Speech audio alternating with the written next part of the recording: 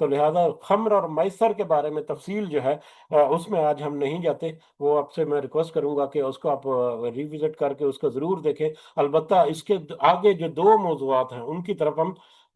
وقت کی کمی کی وجہ سے کوشش کریں گے کہ مختصر انداز میں ہم دیکھیں کہ انصاب اور ازلام کیا ہے.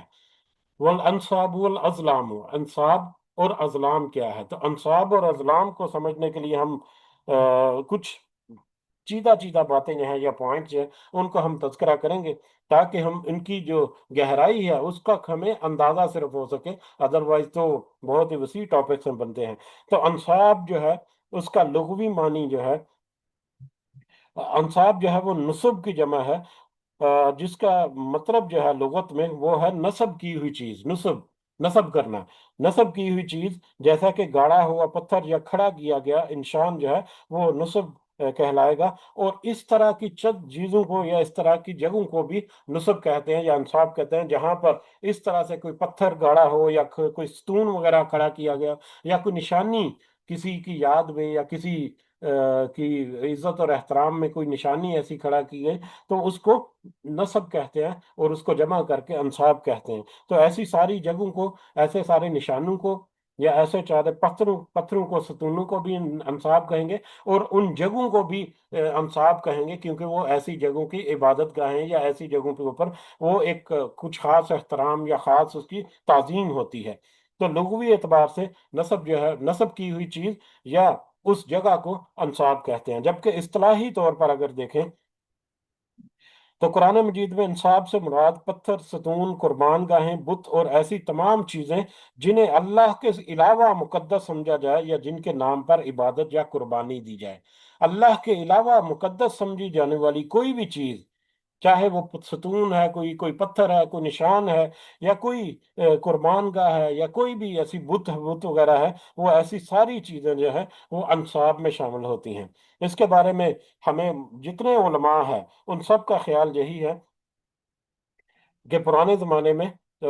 وہ پتھر یا وہ نشانیاں جو مختلف لوگ جو ہیں مختلف جگہوں پر تعظیم کی خاطر کرتے تھے، لگاتے تھے، اور ان کی پھر ان کا طواف بھی کیا جاتا تھا کبھی، یا ان پر وہاں پر جانور وغیرہ بھی ذبح کیے جاتے تھے، تو وہاں پر وہ سارے جو ہیں وہ انصاب میں شامل ہوتے ہیں. دور جاہلیت میں اگر ہم دیکھیں، جب ابھی اسلام کا بول بالا نہیں تھا، بلکہ آج بھی جو ہندو ہیں یا اس طرح کے دیگر بدھ مت وغیرہ یا اس طرح کے دیگر مذاہب جو ہے وہ اس طرح کے عقائد رکھتے ہیں یا اس طرح کے ان کے نظریات ہیں کہ مختلف مقامات پر، پہلے عرب میں بھی مختلف مقامات پر بڑے بڑے پتھر نصب کیے جاتے، ان کے ساتھ لوگ جو ہیں ان کے سامنے جانور ذبح کرتے یا ان پر خون لگایا جاتا ان جانوروں کا، یا ایون کہ بلی وغیرہ جو ہے وہ بھی چڑھایا جانا، یہ بھی ایک انتہائی آگے تک گیا ہوا عمل تھا. ان کے گرد اس کا طواف بھی کیا جاتا، اس سے برکت حاصل کرنے کے لیے بھی کچھ اعمال کیے جاتے، وہاں پر جا کر وہ منتیں وغیرہ جو ہے وہ مانتے تھے. اسی طرح سے سفر سے پہلے اور سفر کے بعد، یا بطور خاص کسی بڑا کوئی فیصلہ یا بڑا کام جو ہے وہ کرنے سے پہلے وہاں پر حاضری دی جاتی اور وہاں پر پھر نظر و نیاز وغیرہ کیا جاتا اور وہاں پر اس طرح سے منتیں اور دعائیں وغیرہ کی جاتی. تو یہ سارے معمولات جو ہیں وہ پرانے زمانے میں تھی. اور جو نوٹ کرنے والی بات جو ہے وہ یہ ہے، آج کل بھی ایسے عقائد کے نظریات کے حامل جو لوگ ہیں ان کے ساتھ آج بھی بات کریں تو یہی بات وہ ہمیں نوٹ کریں گے. وہ کیا ہے کہ یہ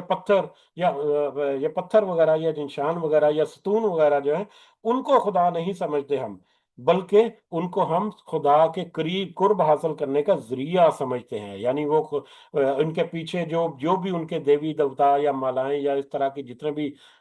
کریکٹر سے وہ اللہ کے بہت قریب تھے، تو لہٰذا ان کی یاد میں ہم یہ سارا کچھ کرتے ہیں اور ان کو ہم اللہ کا قریب سمجھتے ہیں. قرب حاصل کرنے کے لیے ہم ان سے دعائیں یا ان سے ہم حاجات کرتے ہیں تاکہ ہم اللہ تعالیٰ کا قرب حاصل کر سکیں، یا ان کی عبادت جو ہے اس اعتبار سے کرتے ہیں. ہم ان کی عبادت نہیں کرتے بلکہ ان کے ذریعے سے یا ان کو سامنے رکھتے ہوئے ہم اللہ کا قرب حاصل کرنے کی کوشش کرتے ہیں. جبکہ اللہ تعالیٰ نے تو واضح طور پر بتا دیا سورہ مائدہ کی آیت نمبر 3 میں، وما ذبح علی النصب، جو بھی جانور، جو وہ جانور بھی حرام ہے جو انصاب پر ذبح کیا جائے، کسی ایسی جگہ پر ذبح کیا گیا جانور جو ہے وہ بھی اللہ تعالیٰ نے حرام قرار دیا. اب اللہ تعالیٰ نے انصاب کو حرام کیوں قرار دیا؟ ایک تو یہ ہے کہ یہ توحید، انصاب جو ہے اس کی جدید شکلیں جو ہیں وہ اگر ہم دیکھ لیں پہلے، جیسا کہ تذکرہ ہوا کہ ہر چیز جو اللہ کے علاوہ کسی دوسری چیز کو مقدس جان کر اس کی تعظیم یا عزت یا اس کی عبادت وغیرہ کی جائے، تو وہ ساری چیزیں جو وہ انصاب میں آ جاتی ہیں۔ تو آج کل کے دور میں جیسا کہ تذکرہ ہوا کہ پرانے دور کی طرح آج بھی کچھ ان چیزوں کے ماننے والے جو ہیں ان کے عقائد نظریات اسی طرح سے ہیں، لیکن مسلمانوں میں افسوس کے ساتھ کہ کچھ چیزیں جو ہیں وہ پنپ گئی ہیں یا کچھ چیزوں نے اپنی جگہ بنا لی ہے جو تقریباً اس کے مترادف ہی ہیں، بلکہ اس کے برابر ہی تصور کی جاتی ہیں اگر کریٹیکلی ان کو اینالائز کیا جاتا ہے۔ جیسا کہ پرانے زمانے میں بت وغیرہ، آج بھی بت وغیرہ ہیں ان کے پاس، ہندو وغیرہ کے پاس، لیکن مسلمان جو ہے وہ مزاروں پر جا کر اس طرح سے معاملات ہوتے ہیں۔ پہلے قربانی وہاں پر کی جاتی ہے ان بتوں کی جگہوں پر یا ان انصاب والی جگہوں پر جا کر، تو آج جو ہے وہ غیر اللہ کے نام پر مطلب بہت ساری جگہوں پر اس طرح سے قربانی وغیرہ کی جاتی ہے۔ اسی طرح سے پہلے جو ہے وہ مقدس ستون ہوتے تھے، وہی جو ایک تو پتھر نصب کر دیا یا ایک ستون وغیرہ یا کوئی نشانی وغیرہ جو وہ گاڑ دی، اسی طرح سے آج کل قبریں جو ہیں وہ بھی تقریباً اسی کے مترادف ہو چکی ہیں۔ وہاں پر بت کے سامنے دعائیں وغیرہ کی جاتی ہیں۔ آج کل فوت شدہ جو اولیاء ہیں ان سے براہ راست حاجات اور طلب کی جاتی ہیں۔ پتھر سے پہلے برکت جو ہے وہ سمجھی جاتی تھی کہ یہ پتھر جو ہے یہ بابرکت ہے یا اس سے برکت حاصل کی جاتی ہے، اور آج کل لکی سٹون یا مطلب خوش قسمتی کا پتھر یا لکی کلر وغیرہ یا لکی نمبر وغیرہ کے ذریعے سے اس طرح کے نظریات جو ہیں وہ پائی جاتے ہیں۔ اسی طرح سے پہلے درخت جو ہیں ان کو مقدس سمجھا جاتا تھا اور ان کی جا کر وہاں پر پوجا پاٹ عبادت کی جاتی تھی۔ آج مختلف جگہوں پر ہم دیکھتے ہیں کہ آج بھی مسلمانوں میں بھی افسوس کے ساتھ کہ کسی درخت کو مقدس یا اس کے ساتھ کوئی سٹوریاں گھڑ کر اس کے ساتھ کر لی اور اس کے اوپر کہیں پر دھاگا بندھا ہوا ہے اور کہیں پر کوئی اللہ معاف کرے کوئی سلوار اور پاجامے وغیرہ لٹکائے گئے ہیں کہ درختوں پر یا کسی دروازوں دیواروں پر جا کر یا دروازوں پر جا کر، اور ان سے اس طرح کی توقعات جو ہیں وہ وابستہ کی جاتی ہیں۔ اسی طرح سے بدھ کے اوپر پہلے چڑھاوے وغیرہ چڑھائے جاتے تھے، اور پھر وہاں پر نظر و نیاز کی جاتی تھی اور دیگے وغیرہ یا جس کو پرساد وغیرہ کہتے ہیں وہ بانٹا جاتا تھا۔ اور آج کل مزاروں میں بھی اسی طرح سے چادر وغیرہ چڑھائی گئی اور نظر و نیاز اور یہ وہ سارا کچھ جو چلتا ہے۔ اسی طرح سے انصاب جو ہے ان پر توکل کرنا، یعنی جو لوگ ان بت قدوں پر یا ان جگہوں پر جا کر دعائیں وغیرہ کرتے تھے وہ ان کے اوپر توکل کرتے تھے، جبکہ آج کل اس کے اپوزٹ دوسری چیزیں جو جیسے دھاگے تعویذ یا اس طرح کے معاملات جو ہیں ان کو باندھ کر یا ان کو لٹکا کر ان کے ذریعے سے مطلب اللہ کے اوپر ایمان جو ہے وہ کمزور کر کے ان چیزوں کے اوپر توکل جو ہے بڑھ جاتا ہے۔ تو لہٰذا یہ ساری چیزیں جو ہیں آج کل کی جدید شکلیں، اور بھی بہت ساری باتیں ہیں اگر ہم اس کو ڈیٹیل سے ہم دیکھنا چاہیں تو اللہ تعالیٰ نے یہ ساری چیزیں جو ہے وہ حرام کر دی، کیونکہ یہ سب سے پہلے تو یہ توحید کی خلاف ورزی ہے، توحید کے مترادف، توحید کے اپوزٹ چلی جاتی ہیں یہ ساری باتیں۔ جبکہ اللہ تعالیٰ نے سورہ انعام کی آیت نمبر 162 اور 163 میں فرمایا، کل ان صلاتی، اس کا ترجمہ دہراتے ہیں، کہہ دیجئے بے شک میری نماز، میری قربانی اور تمام عبادات، میری زندگی اور میری موت سب اللہ ہی کے ہاتھ میں ہے، جو تمام جہانوں کا رب ہے، اس کا کوئی شریک نہیں، اور مجھے اسی کا حکم دیا گیا ہے اور میں سب سے پہلے فرما برداروں میں سے ہوں۔ تو یہ نبی کریم صلی اللہ علیہ وسلم کو اللہ تعالیٰ نے کہا کہ میری نماز، میری قربانی ان کے اوپر واضح کر دی ہے، میری زندگی اور موت سب اللہ کے ہاتھ میں ہے، اور صرف وہی اس کے اوپر قادر ہے۔ تو لہٰذا مطلب مختلف چیزوں کے اوپر مطلب مختلف اپنی خواہشات یا دعاؤں یا اپنے جو باتیں ہیں ان کے اوپر، ان کے بارے میں کوئی اللہ کے علاوہ دوسری چیزوں کے ساتھ امیدیں گڑھ لینا، یہ توحید کے خلاف ہے، لہٰذا اس کو اللہ تعالیٰ نے حرام کر دیا، اور یہ شرک تک پہنچانے کا ذریعہ ہے۔ حضرت نوح علیہ السلام کی قوم نے جو عمل کیا وہ بہترین مثال ہے، ایسے جتنے بھی معاملات ہیں ان میں وہ فٹ ان بیٹھتی ہے۔ اس وقت بھی وہی تھا حضرت نوح علیہ السلام، یہ تو کچھ صحیح روایات سے بھی ہمیں پتہ چلتا ہے کہ وہاں پر قبروں کے اوپر وہ کچھ بت جو ہے وہ بنا کر رکھے گئے رہتے تھے۔ ان کا بھی طریقہ یہی تھا، یا کیسے یہ سلسلہ شروع ہوا۔ سب سے پہلے